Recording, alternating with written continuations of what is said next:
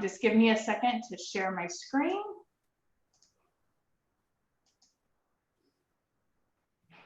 All right, there we go. Alrighty, so we are going to, this is a special service webinar to talk specifically about some of our students with the most significant disabilities, or in our PLP programs, K-12.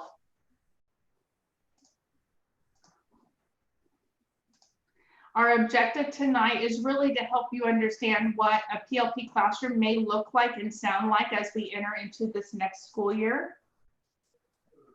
And in Mercer Island, students are the priority. And so I put the slide in here just to remind us, to remind our staff to keep the main thing. And that means students. Students are the main thing. Student learning is in the forefront of all our decisions, as well as student health and safety. So there's been a lot of questions about what does the Red Learning Plan mean for PLP students or for students with significant disability. So now is our chance to dive into that in a little more detail. So the school board on August 13th adopted our learning plans from red to green as a continuum of services that we're going to use to help us, along with the decision matrix, to provide services to students, whether it's in person or remote. During the Red Learning Plan, the original plan was red only, remote only. But as we worked with our Learning Forward teams, and as we worked with the Department of Health and the CDC, as well as labor and industry, we have made the decision to have appointment services with students. Now, appointment services means a student can come into the building, because our buildings are not closed, and can work one-on-one with an adult towards their IEP goals. Now, an appointment might be 15 minutes, it could be 2 hours. It all depends on the student and the goals. And we're going to go into that in a minute in a lot deeper detail. Eventually, depending again on that decision tree that came out from the Department of Health, we can move into the orange. And orange is where we can bridge the gap and start bringing in groups of students. And a group might be 3 students with a para and a teacher, but a small group. So probably no more than 5 that we can do safely. And so we'll be intentional about how we're setting up our appointment services and then how we group students as we move, as we're allowed to bring more people into the buildings in a safe manner. So we are using the IEP team because it's an IEP decision on how we provide, not how, but the services that are provided to students and their goals. So we have some guiding questions for our IEP teams to consider as we move through these IEP meetings in the next week. For instance, the first guiding question is, does the IEP team believe that the student can meaningfully benefit from remote learning? So if a student has no problems accessing remote learning, then we're going to wonder why we need to come in person. But some students, and for some goals, may be very difficult to do remotely or to learn remotely. So we're going to be asking those questions. So we're going to be looking at each of the goals and services and say, so a student in an adult program or a high school PLP program might have typing on their goal, on their IEP. Well, typing might be able to be done remotely, but there are other things on the IEP that may not be able to be done remotely. So we're going to take a look and be intentional. So, and that's the second question as well, is do we believe it's essential right now to receive it in person? So an elementary student may have toileting as an adaptive goal, and so we may say, you know what, if we're not being consistent with being in person, that this may not be something we work on right now. Let's wait until we get to yellow, where we're in person all day or something. So we're going to be taking a look at the goals. And again, it's a team decision. And then the last one is, can a team safely provide in-person services in accordance with the Department of Health and CDC guidelines? Now, even if the answer is no, does not mean the student can't come in. Again, we're not closed. It just means what level of support do we need to provide the staff and the student? Do we need to teach the student hygiene? Do we need to hold services outside? Do we need to put services in a more ventilated area, in a large gym, and so forth. So it's really going to help guide us. And it's also going to inform parents about the level of PPE, personal protective equipment, a person might be wearing. And for some students, that might be triggering. So we want to make sure everyone is just upfront and honest with what that's going to look like. And then what that's going to sound like and feel like when students come into the school. So what can we expect for students with an IEP in the Red Learning Model? You can expect a continuum of services to be provided. You can expect that our staff will be implementing the IEPs, that you have a dedicated case manager who will teach your student and who will provide you an open communication with the classroom. So you'll be able to communicate with your IEP case manager. And you can expect a predictable schedule and times for classes and additional support for the asynchronous learning activities. You can expect that we're going to implement the IEPs. So in the spring, things were a little different. We had a continuity of learning plan. In the spring, the governor closed the schools. He closed the buildings. And we were given 1 week to turn the school into a remote learning platform. Continuity of learning plans was a temporary mechanism to allow us to provide services in a different way given the circumstances. We will be providing specially designed instruction focused on the students' goals and making sure they have access to the core curriculum. Under the Red Learning Model, the IEP will be the guiding document for all services. And any changes or amendments to the IEP will be facilitated by the IEP case manager, who will set the meeting to work with the family to determine the path forward. So your case manager has their assignments. You should know who your case manager is. If not, reach out to your building principal. Your case manager is a teacher that will see the student during their instructional day. Your case manager should be your first point of contact with any concerns that you have or questions related to the IEP, or to request an IEP meeting if you haven't heard from your case manager right now. And our case managers don't return to work till Monday. So right now, our case managers are still on summer break. So know that we're working very hard to bring staff back. But we're also trying to give them that extra couple of days off so that they can enjoy time with their family before they hit the ground running on Monday. But some of our staff have volunteered to start making calls early to get IEP. Now they're getting paid, but again, they don't have to choose to give up their summer break. But some of them are. Open and frequent communication. Our teachers are committed to both open and frequent two-way communication with students and families. We will be doing progress reporting. I put trimester in here, but again, some buildings are on quarters, others are on trimesters. And you can always email or contact your student's IEP case manager with questions. So how will your student be supported in PLP? You'll have one-on-one appointments, and those will be discussed at the IEP meetings. For high school, you'll be getting your schedules soon. And for elementary and middle school, if you haven't already seen the schedules, you should be getting those as well next week. And staff are getting both the room and their online classrooms ready for opening school. Christy, would you like to add anything about what you've been doing at the high school to get everybody ready for PLP for class? Sure. Yes, I was able to go in today with one of our amazing paras, and we redesigned the room to make space for fewer people and more space to move around. We were given permission to set up some learning stations in the hallway, and we're just basically working on how do we make the room feel as sterile as possible and have as few things as possible to clean up. And then we start planning. Great. And I've also held my first IEP meeting, and we'll plan to have all the rest of them by the middle to end of next week. And other teachers are reaching out as well. For those of you who might be new to the district, I see a question about coming back to the district. Oh, Man, Beth? before we jump into that, because that's a big question. Hannah's been working really close with the elementary teachers, the PLP teachers. So I just wondering if you wanted to chime in and share anything of what you know of their planning. Yeah, they've been working really hard to get schedules set up.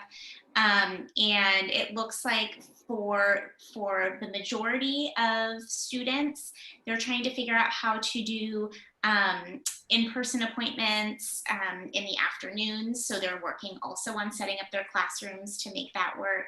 And a lot of different, a lot of thought's been going into how to support students in the virtual learning, what materials might need to go home to support students at home. But they're doing a lot of great stuff. Thank you.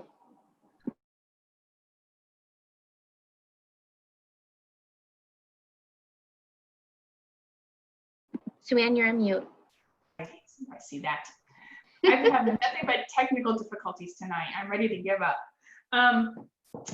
So transitioning back to the district or to the district from a different school for, it's a big deal. And it can be very stressful, especially now given a lot of the uncertainty. So let me walk you through the transfer process.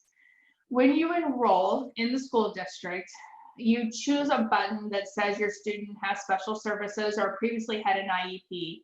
And once you enroll and choose that button, then our office gets an email from the computer system that says that we have a family that has enrolled.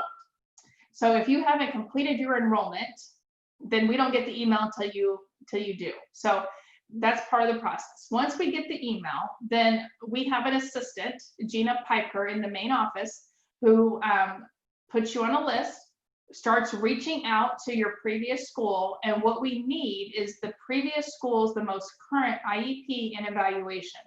Once we get that, then she sends it off to a school psych who reads all of them, who sends you a prior written notice to say that we got it and that we've read it. And then you get an email from Beth or Hannah or myself that says, welcome to the district. And we might call you, welcome you to the district, and then get you placed in a program.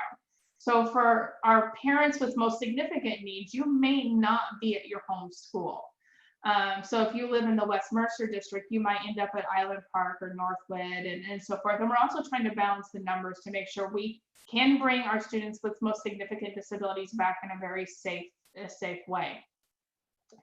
If you have those documents, then we can jump you to the top of the list to read them and get that prior written notice done. And you just need to send those documents to spedrecords@mercerislandschools.org, and Beth or Hannah will type that into the chat box so that you have that address. But if you have documents that you need to send us that will help us process things faster, spedrecords@mercerislandschooldistrict.org, and that will get you what you need. I mean, that will get us moving forward faster. Thank you, Beth.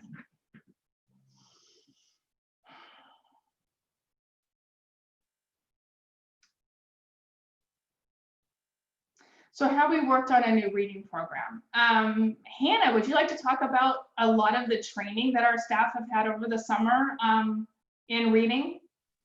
Yeah, I can speak to elementary. All of our elementary special education teachers received 30 hours of training on Wired for Reading over the summer. I participated in it as well. It was a wonderful training. They all have the materials now for students who that's an appropriate program for. They also now have additional materials to supplement the letters training that all of our elementary kindergarten teachers and special education teachers attended last year. So a lot of new stuff coming to them. They're very excited to dig in and start working with your students. I cannot speak to the writing program question though. Oh, so reading and writing are, they go hand in hand, they're integral, right? And depending on the student's disability, we may need to take different approaches. Everybody's neuro signature, their neuropsych evaluation gives us different insights into a student. So for instance, personally, I'm a teacher of the deaf. And I've been trained to be I would say a normal SPED teacher, but also a teacher that works with deaf and hard of hearing. And so depending on a student's needs, you're going to teach something a student may need a different approach. And so our staff have a wide range of knowledge.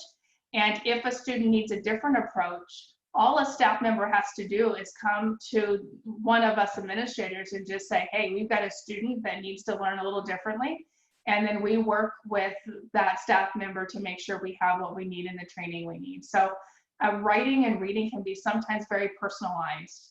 And not one canned program is going to just check all the boxes for a student. And that's why you have staff members. That's why we have teachers like Christy Kenyon, like Madeline Tessier, like Nina and Elizabeth, who really work hard and are constantly learning.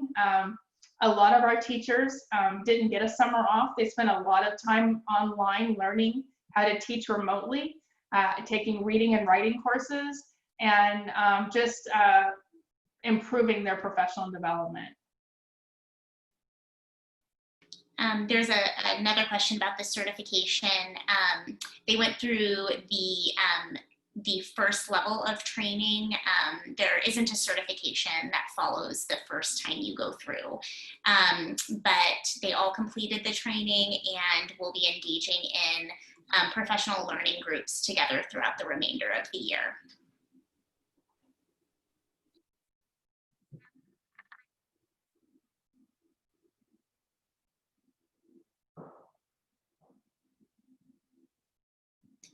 I think I can take that question. Okay, so I'll read it. I'll read it for you, Hannah.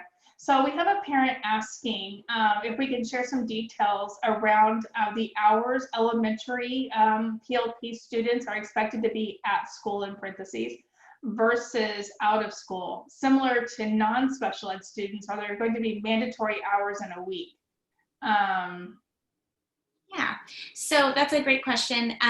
So these are all, the IEPs are going to be implemented in the fall. So if your child has specially designed instruction on the IEP in a certain area, that will take place in the fall. So any scheduling that occurs will happen around those minutes. So yes, there will be minutes that are, like you said, at school. And when you meet as an IEP team, you might determine that some of those minutes need to happen in person, and some of those minutes maybe can happen remotely. So all of that's going to be decided alongside your case manager.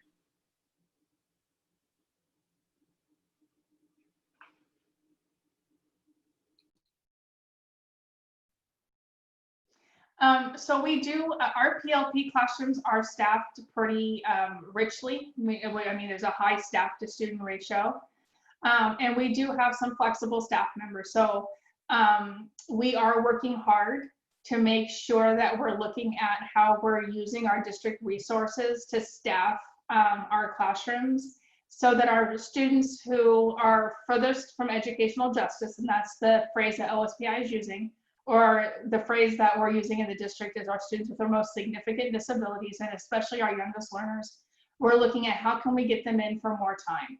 Now, that said, we also are balancing the need for being in the school building with the student's ability to tolerate a mask, to tolerate a learning environment that is going to look very sterile and different than what they're used to, a learning environment that doesn't, where hugs and high fives are going to be harder to give. And so we just want to make sure that we are, that we're not doing any harm by bringing a student in all day and sitting one-on-one in a room and working one-on-one in a very sterile place. And so we want to make sure that we can do this safely and that we're doing it in kind of a stair-stepped approach, so that we're just not flipping the switch and saying, okay, now you're here, you're sitting in a room with this one adult, you're accessing online from the classroom, but you're still one-on-one and you're still, it doesn't feel right. So there's a balance there, and that's where the IEP teams are really going to be working with the families to determine that balance. Sue Ann, there's a question. If a child cannot wear a mask, will this be a barrier to in-person learning? No, it'll be an opportunity to problem solve is what it'll be. because we cannot discriminate against our students with disabilities because they have a medical condition that doesn't allow them to wear a mask, or because they have a disability that doesn't allow them to wear a mask. So the guiding questions is really to help us figure out what's going to be safe for the student and the adults working with the student, and how are we going to work together to problem solve that. So for instance, we might set up an outdoor table to work with the student for part of the time. We might, instead of working, we might work in the gym versus a classroom. We'll make sure we're in a classroom that has enhanced ventilation. We might make sure a staff has an enhanced PPE or a KN95 mask. So there's lots of things we'll do. The one thing we're not going to do is say no. So that's what we're trying to do. We can't bring the risk to zero, because bringing the risk to zero means not leaving your home. But we are trying to figure out together as a team, how do we proceed and lessen the risk and make sure all of us are aware of the risk we're taking as we bring a student in and as we work together to provide the student an education.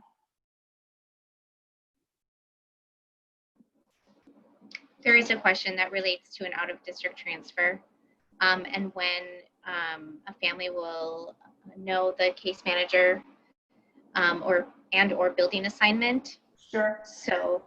Yeah, so if you have a very specific question like that, please just email me. Beth, can you put my email in the chat box? And then I will look up where you are in our process for accepting the IEP from your other district, and then I'll reach out to you. So Beth will put my email in here, and just please email me. And I'm getting caught up on my emails, but you will have an email tomorrow. If you just email me the details, I'll look into it. There's a question about transportation for in-person appointment services, and transportation is an option for those services. Yes, transportation will be provided if you want transportation. I will tell you, our bus drivers are excited to provide taxi service. Essentially, we will have more than one kid on a bus depending on what time the service that we're picking you up. But the bus drivers, because we're in Red Learning, don't have full contracts. So by coming in on appointments, you are keeping a bus driver happy. So we are excited to provide transportation, and you're going to have happy bus drivers coming around to pick up students. There is a question about teacher and para contracts and whether or not they've been finalized and how that could affect how kids might be served. Sure. So we're still in bargaining, and we have to honor that. This happens whether we're in COVID or not, that teachers bargain and unions, negotiate. And so we're in those processes. And our hope is, that those will finish up very quickly. Unions, we're just really working. That's all I can say is we're really working hard to navigate the COVID world. And that is my hope and belief that we will be starting school on time, and that we'll be providing the services that are outlined in the IEP on September 2nd.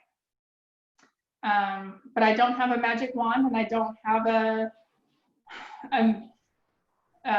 crystal ball. And if I did, I would have foreseen COVID and done something differently a year and a half ago. Anyway.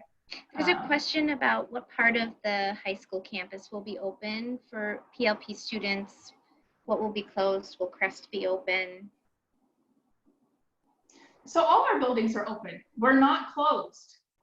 The central office is open. The buildings are open. Again, by appointment, teachers can come in their classrooms. Teachers can teach remotely from the classrooms. We are open. And so yes, buildings will be open, but no one will be allowed in a building unless they have a previous appointment scheduled to come in. And then anyone coming into the buildings has to complete a health attestation form. And so I think that's where the question really starts to come in is, what if you fail the health attestation form? because then your student won't get on the bus if they fill it out and fail the form. So like, for instance, if they have a fever of 102 and you fill it out, then it'll alert us that the student has a fever and should not be in school. And we're still working out the details of whether if a student should be able to come to school if the parent has a fever or a family member has a fever. How closely are we tracking that? So our nurses and our teams are all working on those very detailed questions right now. There is a question, to the extent we can, what can we as special education parents do to help the district and more importantly, the teachers be successful in these unique set of challenges? Christy, would you like to take a stab at that one as a teacher? What do you want from parents? What would be helpful? That's a very kind question. Thank you for considering us and the paraeducators and the bus drivers and the administrative staff who are having to redo everything that we do. So for instance, that question about the high school, they're going to need us to tell them where we go every day. And that could change every day. And so that's a whole new system we have to put in place. But how you can help the district and the teachers be successful is socially distance, wear your mask, do what you can to keep your family healthy so that we can have your kids in school and around us. I mean, that to me is the most important thing, is do everything you can with your family to keep us safe. Thank you.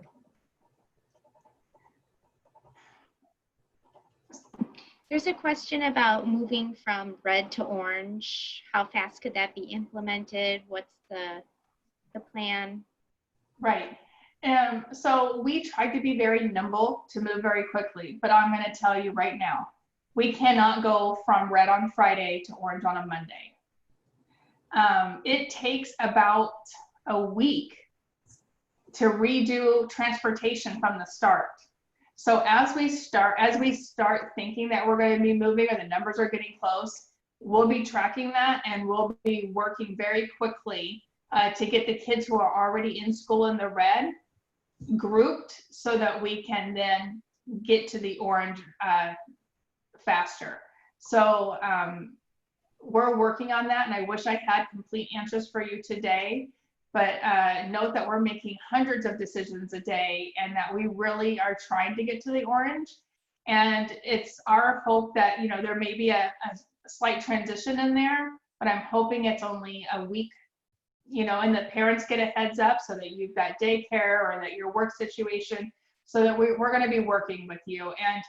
And, you know, our Learning Forward teams will be giving us feedback if these webinars were helpful, and if they are, then we might continue these throughout the school year so that parents can ask us questions as we start moving through the system. So our hope is we get to orange pretty quickly and we can start grouping students. There's a question about whether or not nurses can give medication at school during these in-person appointments. Of course they can. So one of the things our nurses will be doing is they will be attending all the IEP meetings. And if a student does have a healthcare plan and does need medication, they'll be reaching out to you after the IEP meeting to make sure that we have the medicine at school and ready to be given. And there will be nurses on staff depending on the level of student healthcare needs. So for instance, Ms. Kenyon would be communicating to her nurse which students are in during what part of the day, and we would make sure that the nursing staff are available to assist us to help our students and our staff. And to add on to that, there are many meds that we can be designated to give with the proper documentation. So sometimes staff can be the ones delivering that. Sue Ann, can you answer the question about, so if a student needs to be educated at home, but also needs a one-on-one to deliver instruction, will the district provide personnel to do this? So we cannot guarantee the safety of our staff in people's homes. But that said, we have a duty to educate every student our buildings are open. Our staff are ready to provide services. And so what I'm saying is that's an IEP team decision. But if a student cannot access remote learning, then that's the consideration for coming in. And then that one-on-one can assist the student to get online and access their education from a place in one of our buildings. So just note that, you know, we will be working with you. We will be problem solving with you. But I also know that it's going to be very difficult for a young student to be in a classroom with an adult all day. And even though they'll be able to get up and run and play and maybe go out on the playground, again, it's not like they have classmates that's sitting in the same room with them and that they can play with and laugh with. So we're going to balance. So those will be some of the conversations we have. Again, the answer is not no. The answer is let's talk about it and let's figure it out as an IEP team. And Sue Ann, if I can talk from like a high school social perspective, our students want to be with their peers. And if their peers are on Zoom right now, that's where they're going to be. That is something that it makes them feel like a part of something. It makes them feel like they're in the same community and everybody's going through the same thing. And while I get it that that's not a perfect world, I can say that I feel like our students have stayed connected by joining their peers in Zoom. Okay. I'm feeling Zoom fatigue right now myself. There is a question about students testing positive, staff testing positive, protocol for that, family notification.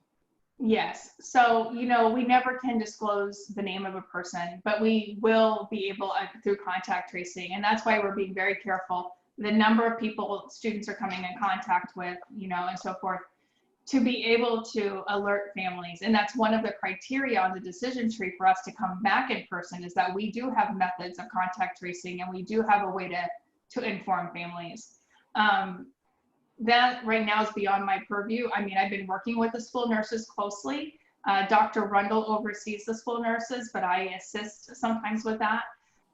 The school nurses will be part of those IEP teams. And if you have those kinds of questions, feel free to send them to me and I'll work with the nursing team to make sure we get some answers out in the community for you. But note that just yesterday, the labor and industries had new guidelines. And so we are reading those guidelines, the nurses are, and they're synthesizing that information as fast as they can. And we're updating our policies as appropriate.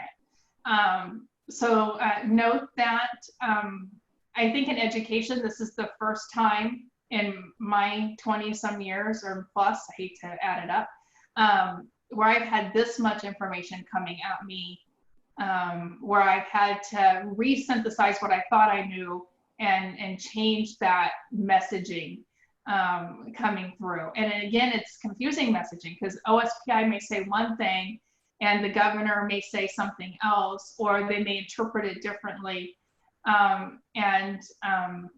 We're just in a whole new world. So I appreciate you bearing with us. I hope you appreciate these opportunities to participate with us so that we can be transparent and have ongoing two-way communication with our families. We're still, like I said, synthesizing information, but we're going to be getting out as fast as we can. Is there another question? Yeah, there is a question about attendance. So if a student is unable to stay online for the entire time or log in for each session due to the Zoom fatigue you were just talking about, Sue Ann, is there a penalty for that? You think I could take that, Sue Ann? Yeah, I was getting ready to hand it to you. I need another drink of water. Okay. Each school is going to have a different attendance policy based on, because high school is different than elementary, which is different in middle. My answer to that question would be, it would be an IEP team decision. So I would be able to inform the gen ed teacher that this is how long the student is coming and they need to be marked present, or I would go to the administration or the attendance people and say, how do I do this? Because I don't want them to be penalized for not showing up. So It's something that we've already had to discuss based on last year, and it's the same as a modified grade or something along those lines.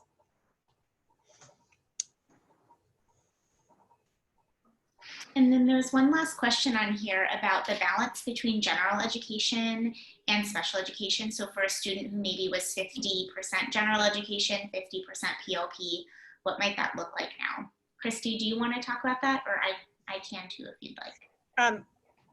Why don't you start and then let me reread that.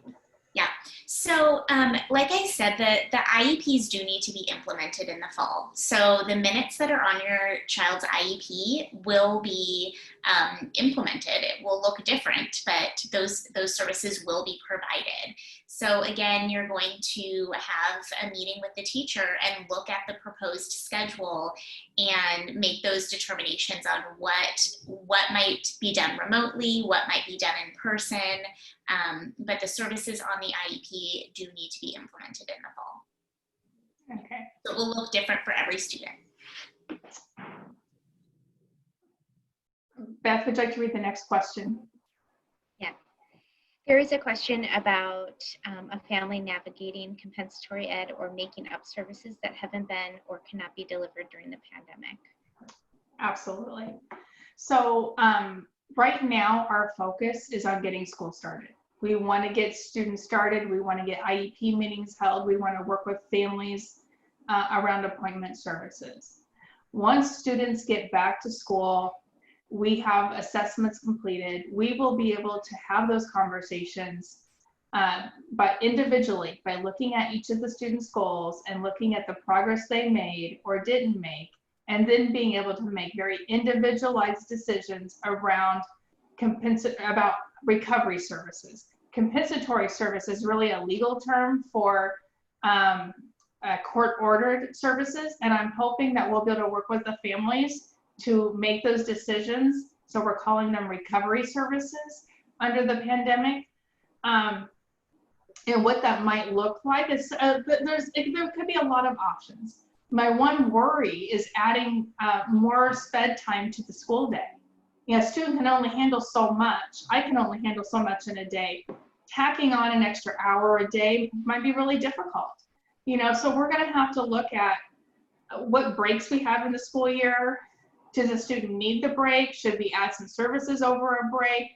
What's our staff capacity to do that right now? Because they're tired as well. They didn't get their summer break in some cases. So we're going to be looking at all of that and really trying to come up with some creative solutions. And, we do have parents on our Learning Forward team, and we will be working it. We might need to bring them back to have some conversations around what could we do? Should ESY be all summer instead of just a few weeks? Should we provide, I don't know, we'll come up with some creative ideas, but again, it will be student specific based on the student's IEP goals and the individual progress a student was able to make or not make, depending on those goals.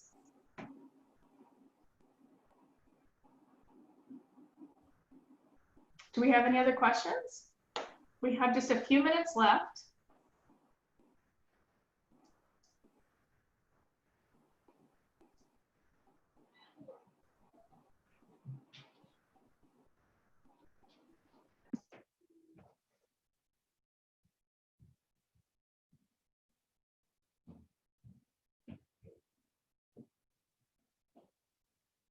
All right, so in our last few minutes, oh, I got a question. We got a question.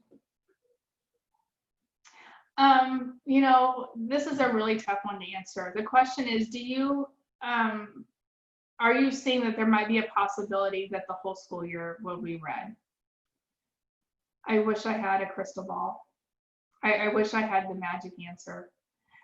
I will say we are working very hard to bring students back in the buildings safely and securely.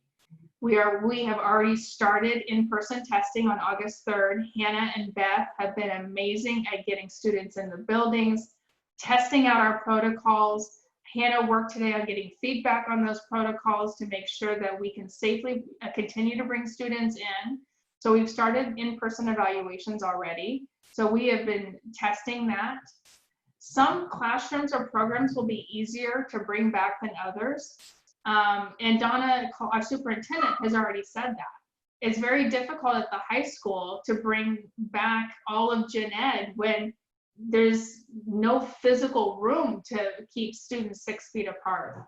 So I do see more and more students coming back in the orange. I do see classrooms coming back in the yellow. Do I see us going to green this year?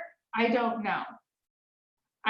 It's going to be very difficult because we have to be in a place as a society where the rates are really down. There's low risk. Everyone's wearing a mask. Everyone is doing what they need to do to make sure that not only we're providing for our own safety, but that of others. So I hope that answers your question, but I can't see into the future. I will tell you, my son, who's a senior, will be very unhappy if that happens. So Melissa, I'm with you.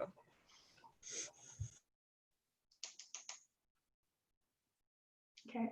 Any other parting words, Beth or Hannah, that you would like to say before we sign off? I just want to say thank you to the participants who are here tonight. Thank you for being here. Thank you for asking your questions. Keep them coming. And thank you to the panelists. We've done 5, 6.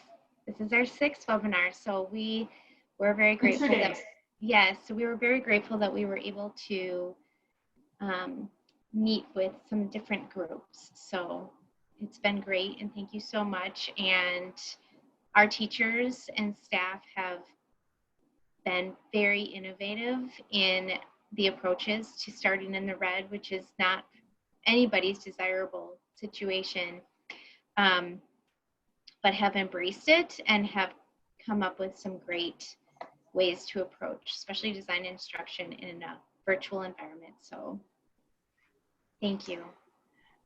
So this has been recorded. It will be posted on the website, hopefully tomorrow. I've never done that before, but that's my hope with Andrew's help. And we should have a transcript of it as well. My plan is, if I don't get it out tomorrow, by Monday morning, you'll all families who have students with IEPs will be getting an email from our department, giving them all the links to every recording as well as the transcripts, so that way they can watch it if they didn't get access to it when it was live. And again, we encourage families to reach out to case managers first with questions, but feel free, you know, if you have more district-wide questions about the healthcare, to reach out to one of us as administrators. You can always bug Christy, that wouldn't hurt my feelings. She'll just send it to me anyway, right? And then she'll yell at me for telling people to send her emails. We're all one big happy family in the district. So thanks everyone for participating tonight. We really appreciate your time. And again, reach out to your case managers if you have very specific questions about your child's education and what your day is going to look like. And if you don't already have an IEP meeting, just email your teacher. And again, they're back to work on Monday full time. So you should be getting your meeting scheduled very quickly. And I'm going to clarify that their first day is Thursday. Oh, so and the new teachers start tomorrow, Monday. Sorry. Yes, so orientation is starting, but yes, your teachers will be back on Thursday and will respond within 48 hours to emails starting on Thursday. All right, thank you very much. Thank you.